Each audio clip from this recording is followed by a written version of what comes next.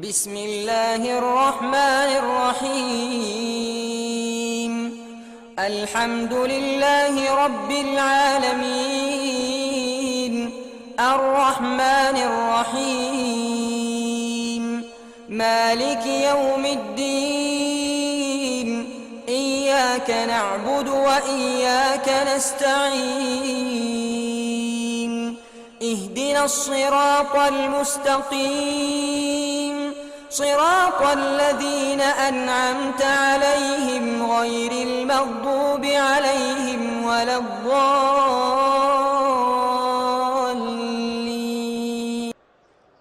بهذه الشجرة اور ان کا وہ جانا ہوا تو اس کے سلسلے میں ان کو جنت سے نکال دیا گیا. تو اس کے بعد وہ روتے رہے اللہ تبارک و تعالیٰ کی بارگاہ میں، اللہ سے رجوع کرتے رہے خشوع و خضوع کے ساتھ. تو ارشاد رب العزت ہوتا ہے کہ فتلقى آدم، حضرت آدم نے ملاقات کی یا ان کو سکھائے گئے یا ان کو تعلیم دی گئی کچھ کلمات کی اپنے رب کی طرف سے. ان کلمات کی تشریحات تفسیر جو کچھ تفاسیر میں ملتی ہے میں مختصر عرض کرتا ہوں کہ ان کلمات سے مراد کیا ہے جن کی ملاقات حضرت آدم کو ہوئی، یا جو وہ حضرت آدم کو تعلیم کیے گئے کلمات، جو کلمات حضرت آدم کو تعلیم فرمائے گئے. ہمارے ساتھ ایک محترم کالر ہیں، ہم ان کی طرف چلتے ہیں. السلام علیکم. السلام علیکم. وعلیکم السلام. کون صاحب اور کہاں سے؟ جی میرا نام اجابت ہے، میں پیٹرپور سے بول رہا ہوں. جی کیا فرمانا چاہتے ہیں برادر معظم؟ میں آپ سے یہ پوچھنا چاہتا ہوں، تھوڑا سا ہٹ کے کوشچن ہے. یہ میری وائف نے صبح فون کیا تھا، سیدہ زہرا کا پروگرام جو اسم اعظم ہے اس میں اس نے بتایا تھا اس کے لیے میری وائف کے لیے اسم اعظم یا مخفی ہو. یہ ہم ہماری جو کتاب ہے اس میں ڈھونڈ رہے، یہ مخفی ہو نہیں مل رہا. ہمیں ابھی وہم ہو گیا، ہم نے کوئی غلط نہیں سنا کہ واقعہ یا مخفی ہو ہے. جی اگرچہ یہ میرا پروگرام نہیں ہے اور یا مخفی ہو سکتا ہے، لیکن بہتر ہے کہ آپ آنے والے اتوار کو جو ہے وہ سیدہ زہرا موجود ہوں گی، آپ ان سے یہ سوال کرنا تو بہتر طریقے پہ آپ کو وہ رہنمائی فرما سکے گی. ٹھیک ہے جی، بہت مہربانی، آپ نے شرکت فرمائی تو انشاءاللہ العزیز وہ آپ کی رہنمائی فرما دیں گی. ہم گزارش کر رہے تھے محترم سامعین و ناظرین کہ اللہ تبارک و تعالی نے کلمات جمع بھی کہی ہے. کلمہ واحد ہوتا ہے، کلمات جمع ہوتا ہے، لیکن یہ کلمات کوئی معمولی کلمات نہیں ہیں. قرآن پاک کا 18واں سورہ الکہف اور اس کی آیت نمبر 109 میں ارشاد رب العزت ہوتا ہے کلمات کو سمجھنے کے لیے کلمات کی اہمیت، کلمات کی گہرائی و گہرائی اور وزن کہ وہ کیا ہیں کلمات اللہ کی نگاہ میں. حضرت عیسیٰ کا مقام آپ قرآن پاک کے ذریعہ جانتے ہیں کہ کتنا اولی العزم نبی ہے، کہ بعض لوگوں نے حضرت موسیٰ کے کمالات معجزات کو ملاحظہ کرتے ہوئے انہیں اللہ کا بیٹا تک بنا دیا. الحمدللہ کہ مسلمان اسے اللہ کا نبی تسلیم کرتے ہیں اور مانتے ہیں کہ وہ بھی اللہ کے نبی ہیں، اور ان کا اپنا اقرار بھی یہی تھا. ان کی تعلیمات بھی نبوت کے دائرے میں تھی، نبوت کے اختیار میں تھی. یہ بگاڑی ہوئی تعلیمات جن میں ان کو کبھی بیٹا کہا جاتا ہے، کبھی کیا کہا جاتا ہے، لیکن بہرحال اس کو اللہ تبارک و تعالی نے کلمہ قرار دیا. اور ایک مقام پر سورہ الکہف 18 نمبر سورہ آیت نمبر 109 میں ارشاد رب العزت ہو رہا ہے قُلْ لَوْ كَانَ الْبَحْرُ مِدَادًا لِكَلِمَاتِ رَبِّي قَبْلَ أَن تَنْفَذَ كَلِمَاتُ رَبِّي وَلَوْ جِئْنَا بِمِثْلِهِ مَدَدًا. علماء مفسرین کہتے ہیں کہ قول اکثر مقامات پر جہاں آیا ہے وہاں مقصود یہ ہوتا ہے کہ رسول کریم سے کوئی سوال کیا گیا. ممکن ہے یہ بھی کہ رسول پاک سے پوچھا گیا ہو کہ یہ کلمات ربی کیا ہیں،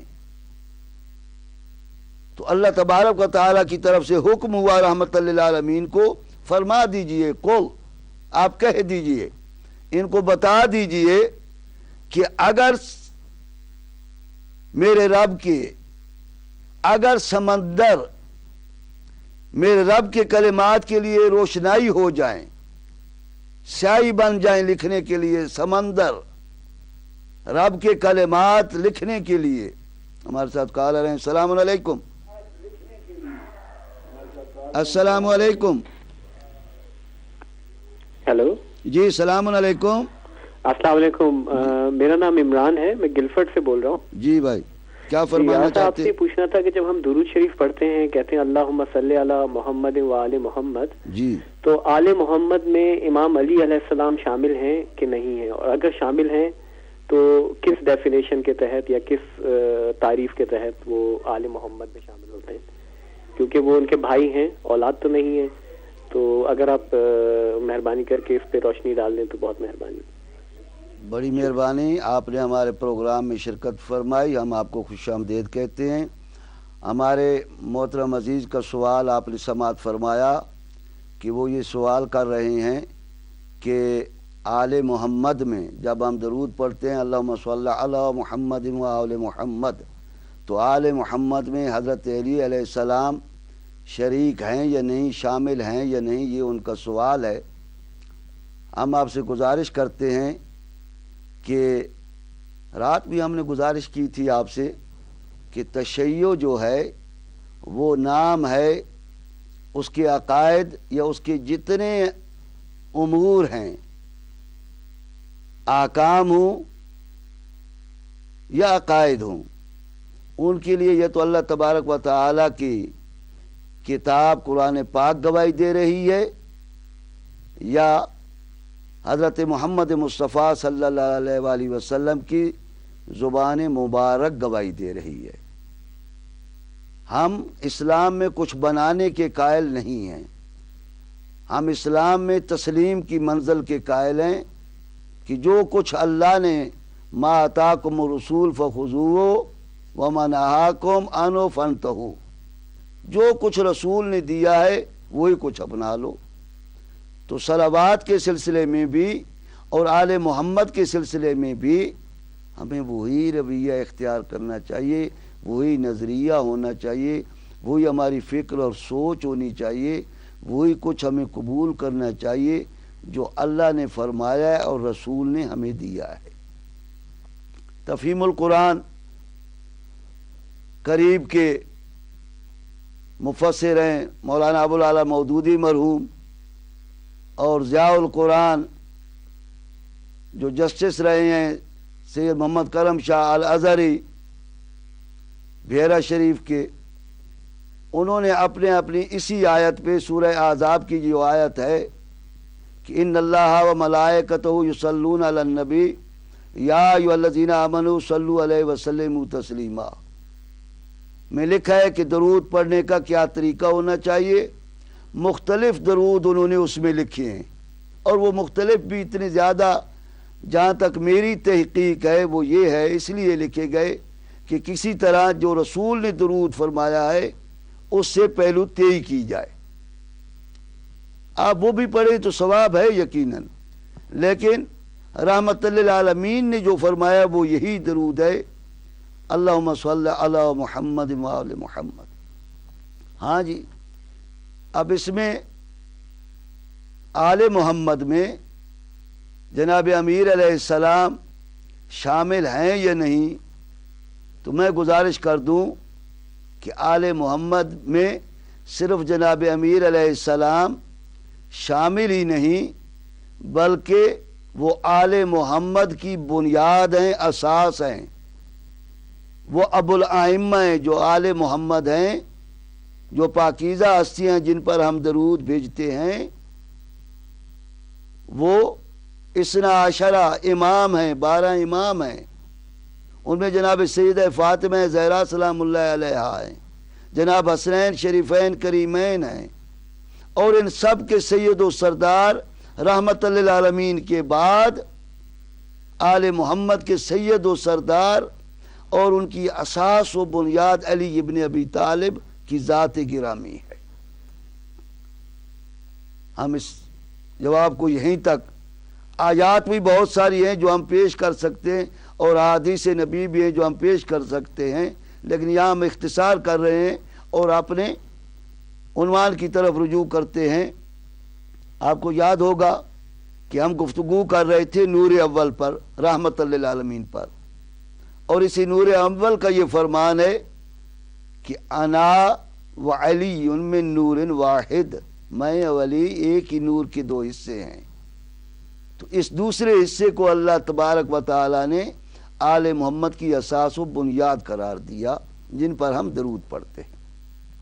تو عزیزان گرامی، ہم گزارش یہ کر رہے تھے کہ اللہ تبارک و تعالی کے نبی سے یہ سوال کیا گیا اور اس کی طرف ہمیں متوجہ کر رہی ہے سورہ الکہف 18واں سورہ آیت نمبر 109۔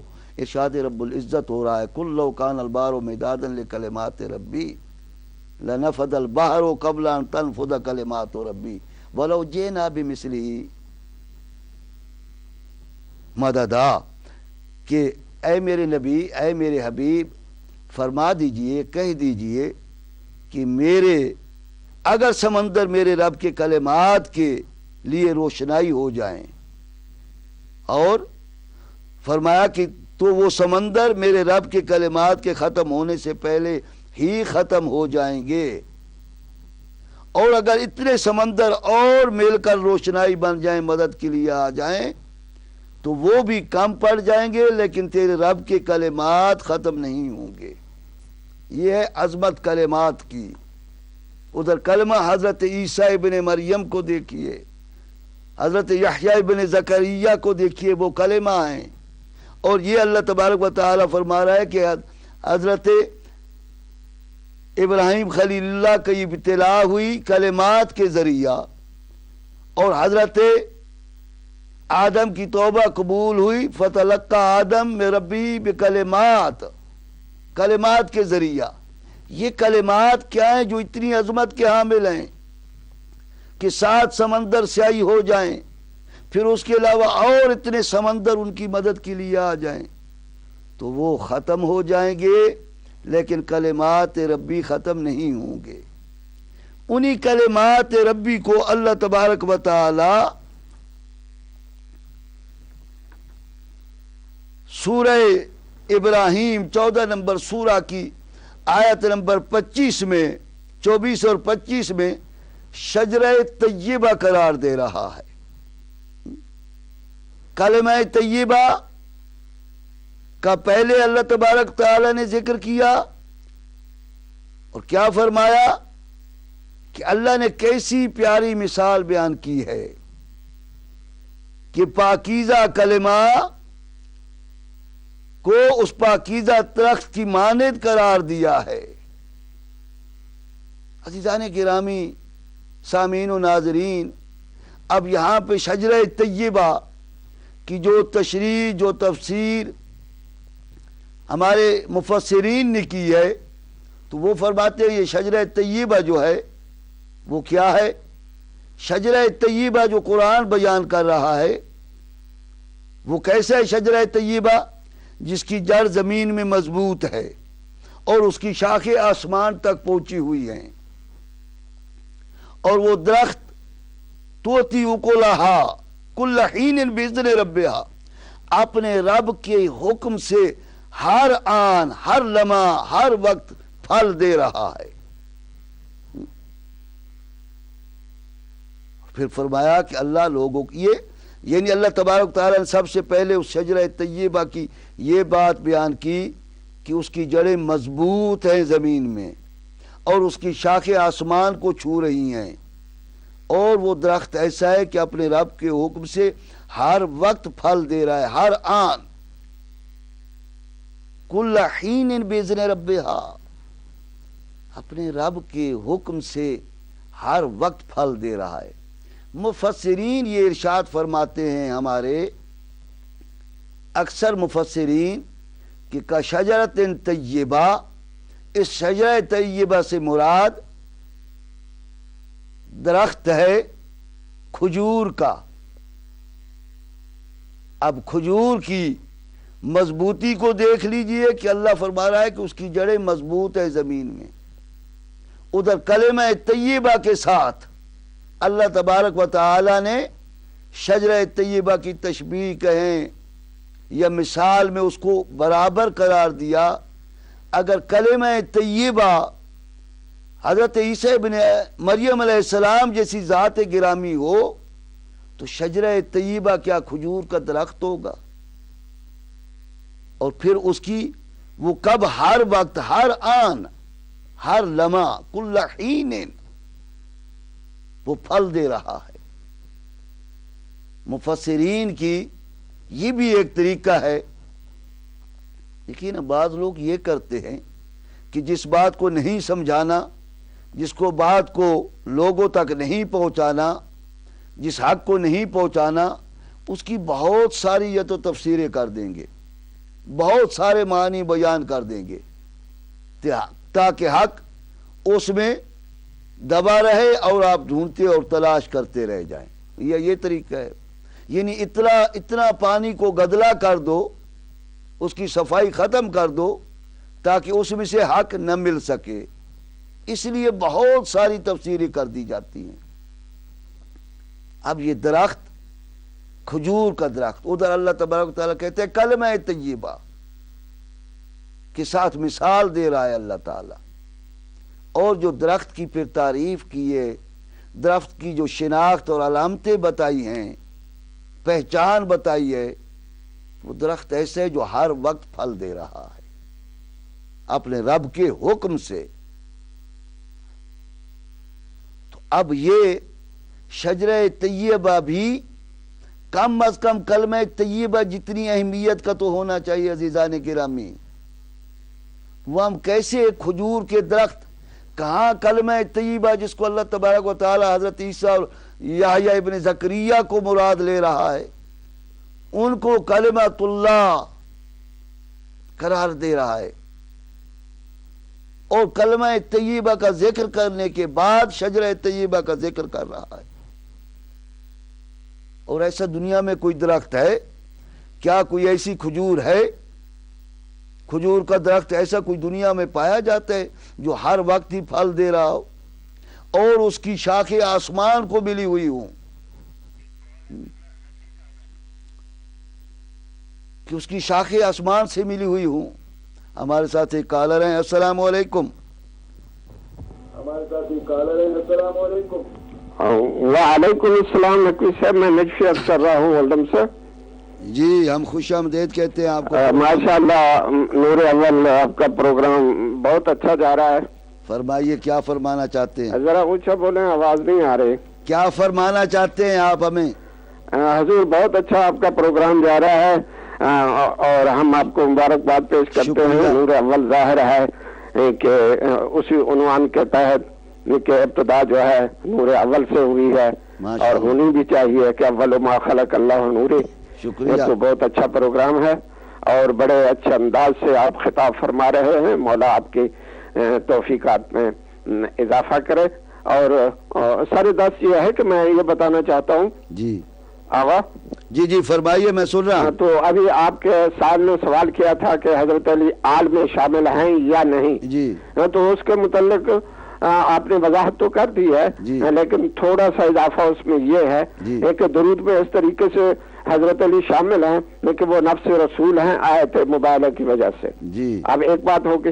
اور پھر یہ ہے کہ وہ آل میں کیسے شامل ہے کہ وہ کما صلی اللہ تعالیٰ ابراہیم و آل ابراہیم، کہ وہ آل میں کس طرح آ گئے. تو پھر یہ ہے کہ آیت تطہیر ہے اور حدیث کسا ہے. جب اس کے جمع ہو جاتے ہیں حضرت علی بھی اس میں ہوتے ہیں. تو اور رسول خدا کا یہ فرمان ہؤلاء اہل بیتی، ایک تو قرآن کی نص سے وہ نفس رسول ہیں اور دوسرا یہ ہے کہ رسول خدا نے ان کو آل میں نامینیٹ کر دیا ہے کہ جب یہ میری آل ہے.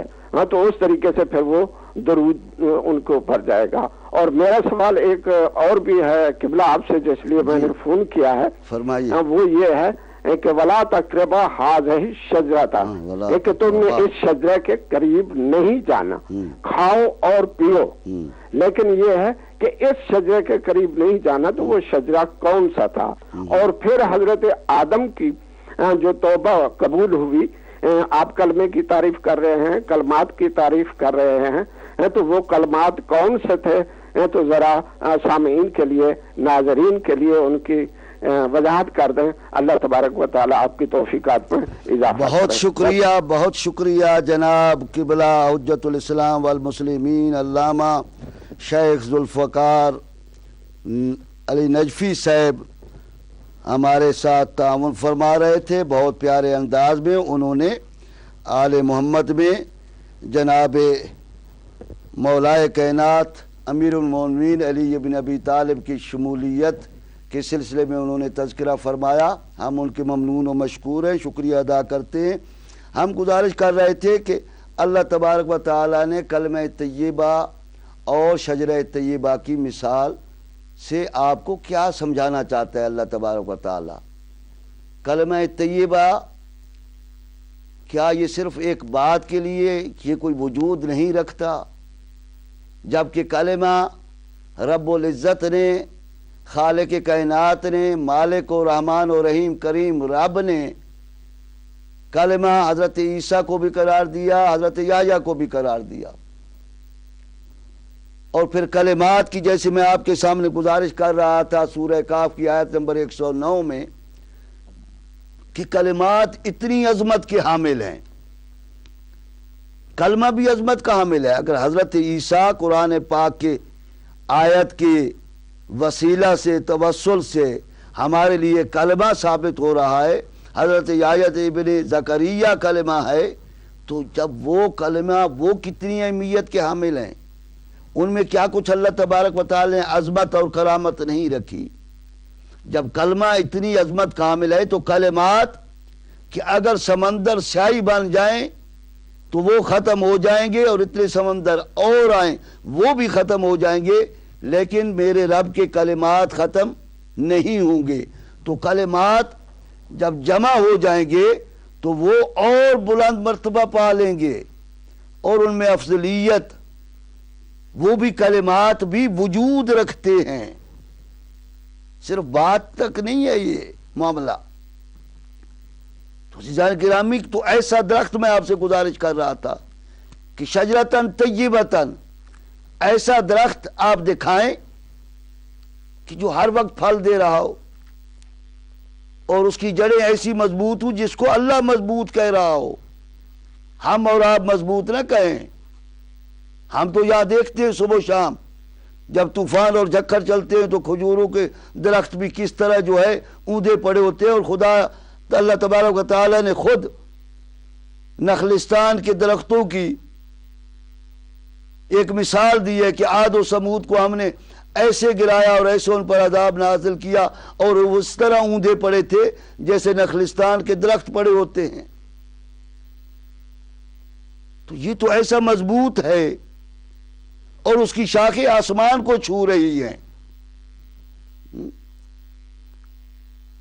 اور پھر ہر وقت پھل دیتا ہے۔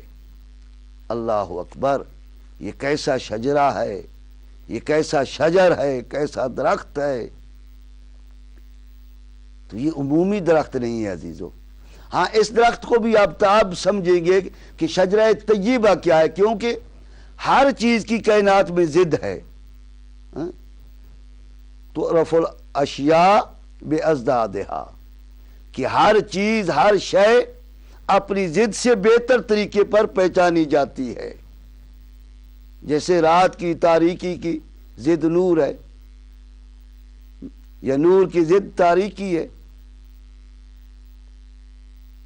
اسی طرح گرمی کی ضد سردی ہے۔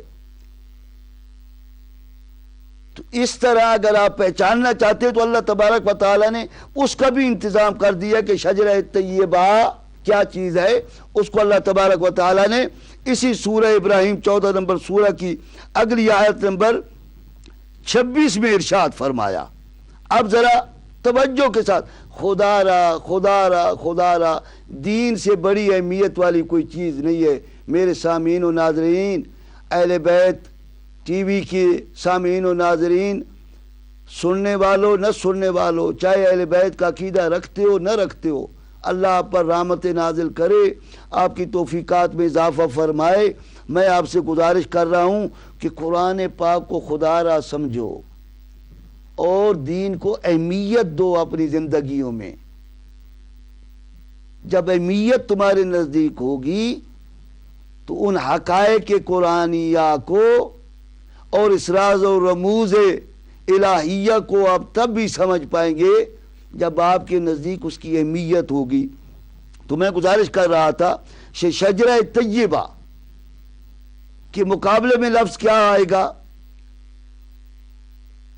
جیسے راشد ہوتا ہے، نیک یا نیکی جسے مل گئی ہو، ہدایت مل گئی ہو، تو اس کے مقابلے میں کیا ہوتا ہے؟ ضال، گمراہ۔ بعض لوگ یہ خلفائے راشدین آپ اکثر سنتے ہیں، یعنی ہدایت یافتہ، ہدایت پر فائز خلفاء۔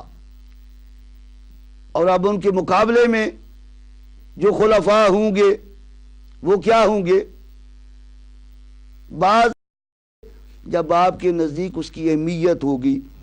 تو میں گزارش کر رہا تھا کہ شجرہ طیبہ کے مقابلے میں لفظ کیا آئے گا؟ جیسے راشد ہوتا ہے، نیک یا نیکی جسے مل گئی ہو، ہدایت مل گئی ہو، تو اس کے مقابلے میں کیا ہوتا ہے؟ ضال، گمراہ۔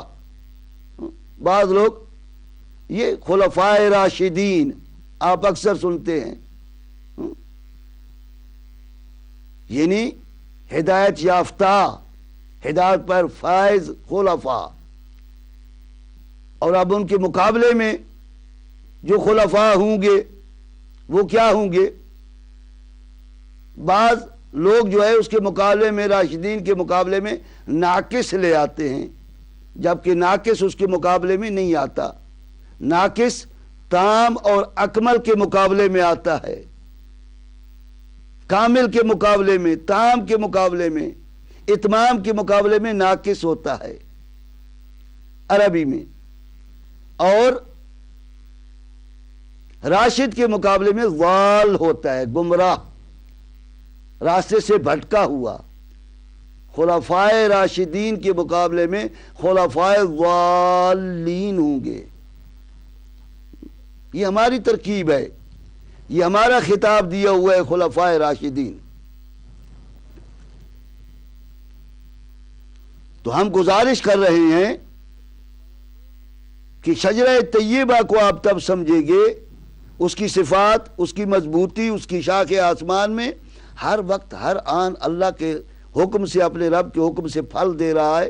یہ ذہن میں رکھتے ہوئے اسی سورہ ابراہیم کی آیت نمبر 26 ملاحظہ فرمائیے۔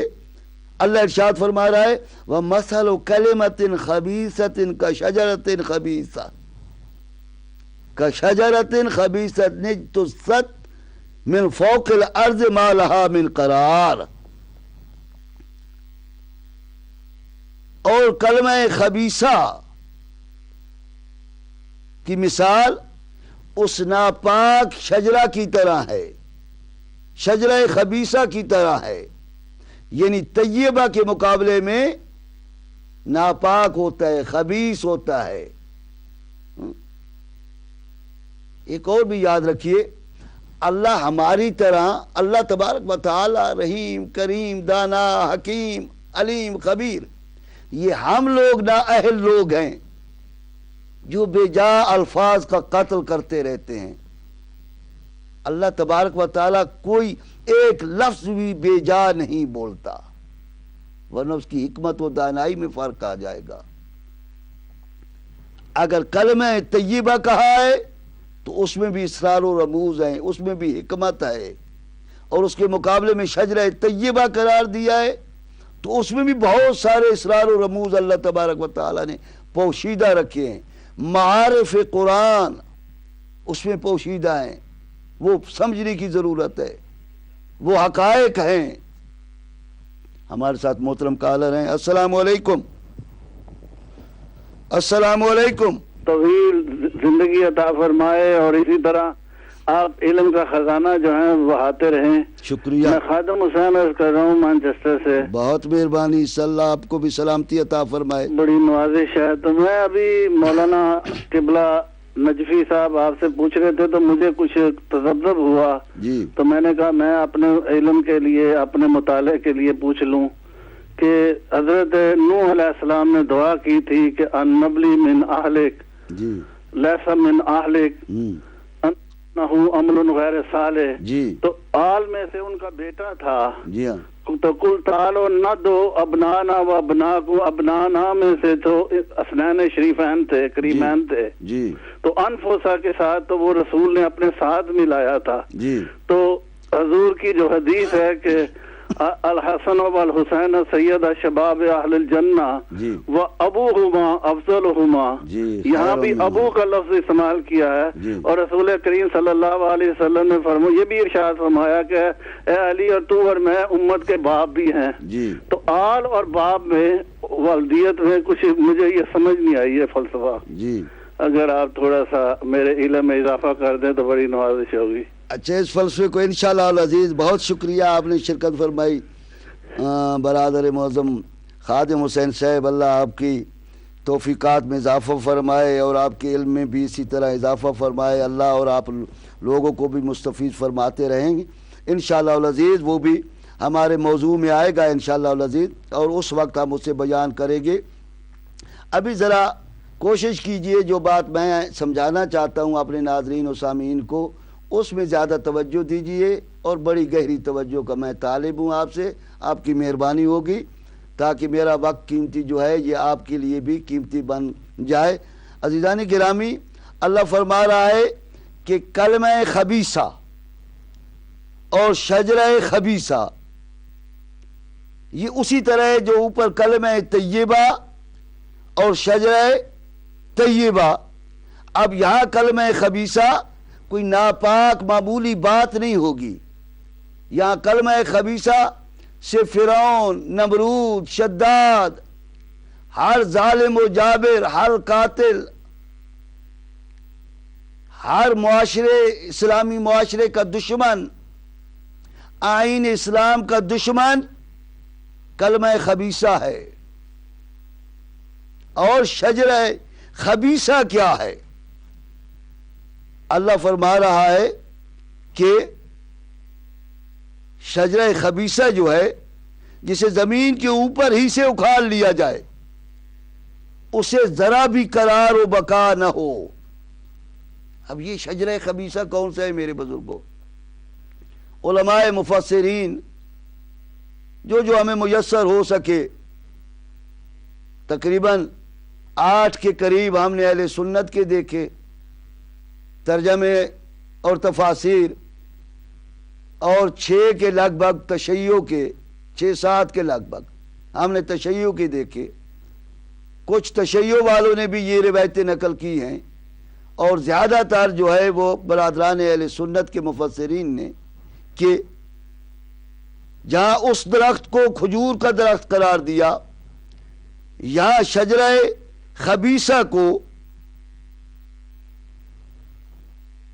ہنزل یعنی وہ کوڑ تما جو ہوتا ہے وہ درخت قرار دیا ہے.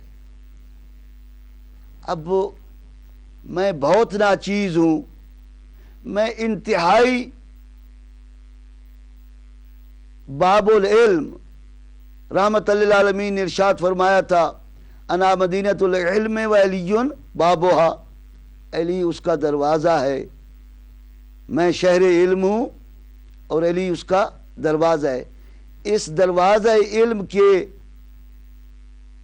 طلبہ کے سے بھی ناچیز میں ایک طالب علم ہوں.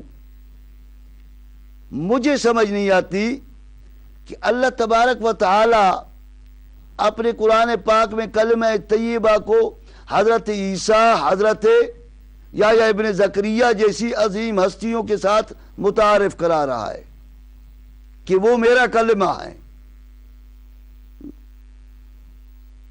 اور شجرہ طیبہ کی اتنی تعریف کر رہا ہے کہ شجرہ طیبہ مضبوط جڑوں والا، شاخ آسمان تک، اور بہت ہر وقت پھل دے رہا ہے، جبکہ کلمہ خبیثہ اور اس کے مقابلے میں شجرہ خبیثہ جو ہے وہ زمین سے اکھاڑ لیا گیا ہے، یعنی اس کی کوئی بنیاد ہی نہیں، اس کی کوئی اصل ہی نہیں۔ عزیزان گرامی، ان دونوں کو، شجرہ خبیثہ اور شجرہ طیبہ کو سمجھنے کی بہت ضرورت ہے۔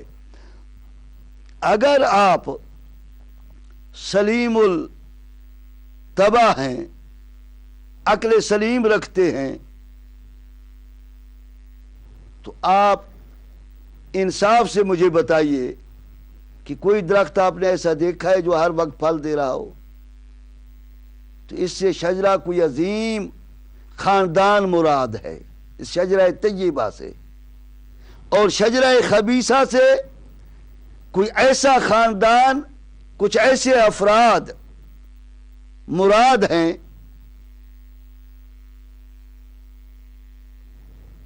کہ جو کلمہ طیبہ کو مٹانے کے لیے اپنی پوری زندگی جنہوں نے خرچ کر دی تھی۔ اس کے سلسلے میں ہمارے پاس قرآن پاک کی اور بہت ساری آیات ہیں، ہم وہ آیات بھی آپ کے سامنے پیش کریں گے۔ یہ شجرہ خبیثہ جو ہے، اس کے سلسلے میں صرف ایک روایت سن لیں، چونکہ ہمارا وقت اختتام کی طرف جا رہا ہے، دامن وقت میں اتنی وسعت نہیں ہوتی۔ شجرہ خبیثہ کے سلسلے میں ہم نے آپ کو ایک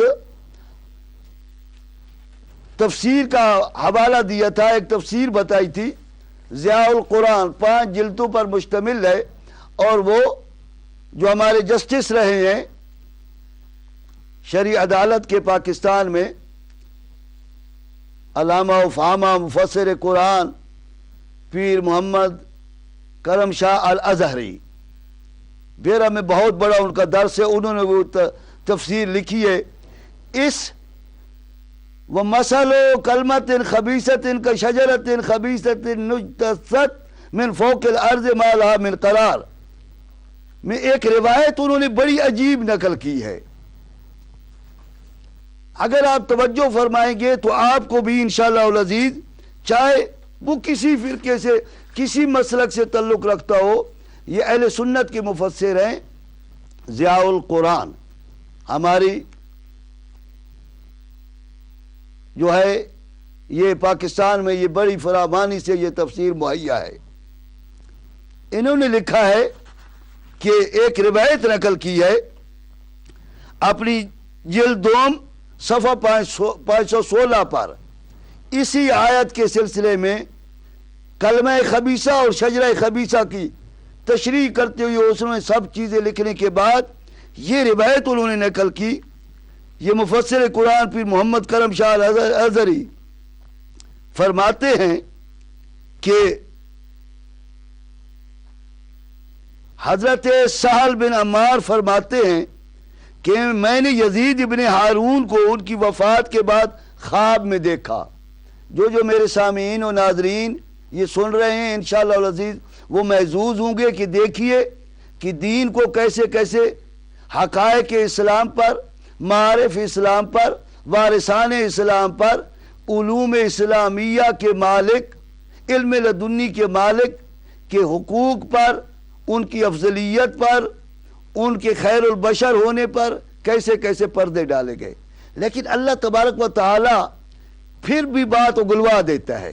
اب یہ مفسر قرآن اپنی دوسری جلد ضیاء القرآن میں کہ صفحہ 516 پر لکھتے ہیں کہ حضرت سہل بن عمار روایت کرتے ہیں کہ میں نے یزید ابن ہارون کو ان کی وفات کے بعد خواب میں دیکھا۔ یہ کون ہے؟ یہ ایک راوی ہیں، یہ تفصیل ہے، کبھی وہ روایات میں ڈھونڈنا کہ ان کو وفات کے بعد خواب میں دیکھا۔ میں نے پوچھا سنائیے اللہ تعالیٰ نے آپ کے ساتھ کیا سلوک کیا ہے اور کیسا سلوک کیا ہے۔ اب یہ جب انہوں نے سوال کیا ان سے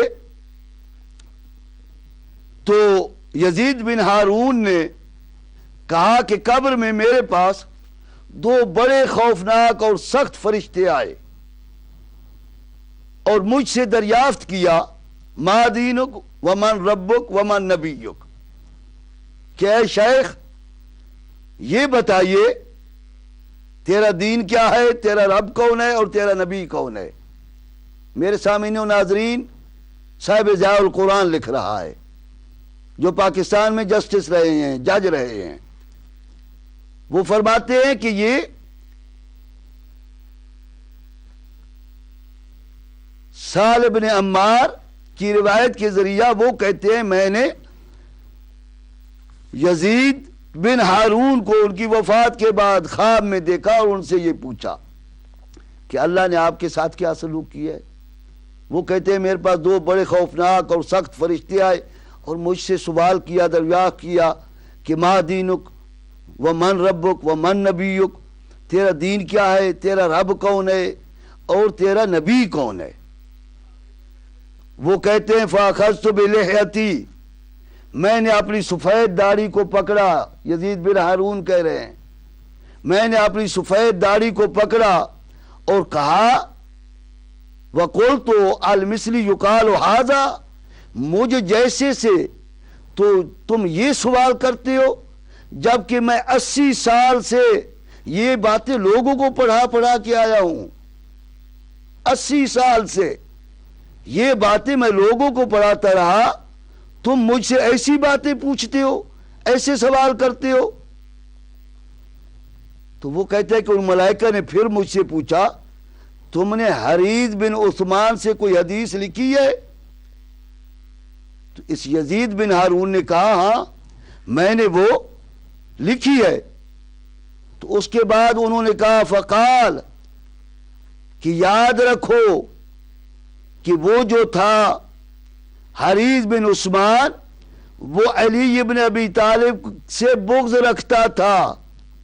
ان دونوں فرشتوں نے کہا کہ وہ علی کرم اللہ وجہہ سے بغض رکھتا تھا، اللہ تعالی نے حریث بن عثمان کو مردود بنا دیا تھا۔ یہ روایت کس چیز پر دلالت کرتی ہے؟ یعنی ما دینک ومن ربک ومن نبیک کے ساتھ ہماری روایات تو ہمارے تو ہم تلقین میں پڑھاتے ہیں یہ کہ من امامک،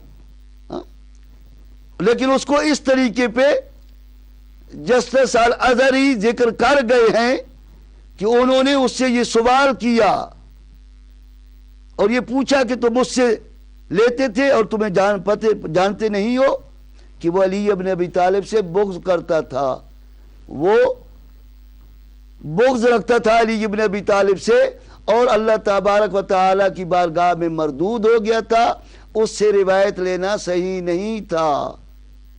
تو یہ روایت ہمیں کیا بتا رہی ہے؟ اور اس روایت کو انہوں نے ذکر کیا ہے کلمہ خبیثہ اور شجرہ خبیثہ کے سلسلے میں۔ شجرہ طیبہ کا تعلق کچھ علی ابن ابی طالب سے ہے اور شجرہ خبیثہ کا تعلق ان لوگوں سے ہے جو علی سے دشمنی کرتے ہیں، علی سے بغض رکھتے ہیں۔ انشاءاللہ العزیز ہمارا وقت ختم ہو رہا ہے۔ نیک دعاؤں اور تمناؤں اور خواہشوں کے ساتھ آپ سے ایک ہفتہ کے لیے الوداع کرتے ہیں۔ اگلے ہفتے اور اتوار کو اسی عنوان کے ساتھ، نور اول کے ساتھ انشاءاللہ العزیز ناظرین و سامعین اہل بیت سے ملاقات ہوگی۔ اس وقت تک اپنا اور اپنے متعلقین کا اور لوائقین کا خیال رکھیے گا۔ ہم آپ کے لیے دعائیں کرتے رہیں گے، آپ ہمیں اپنی دعاؤں میں یاد رکھیں گے۔ والسلام علیکم ورحمۃ اللہ وبرکاتہ۔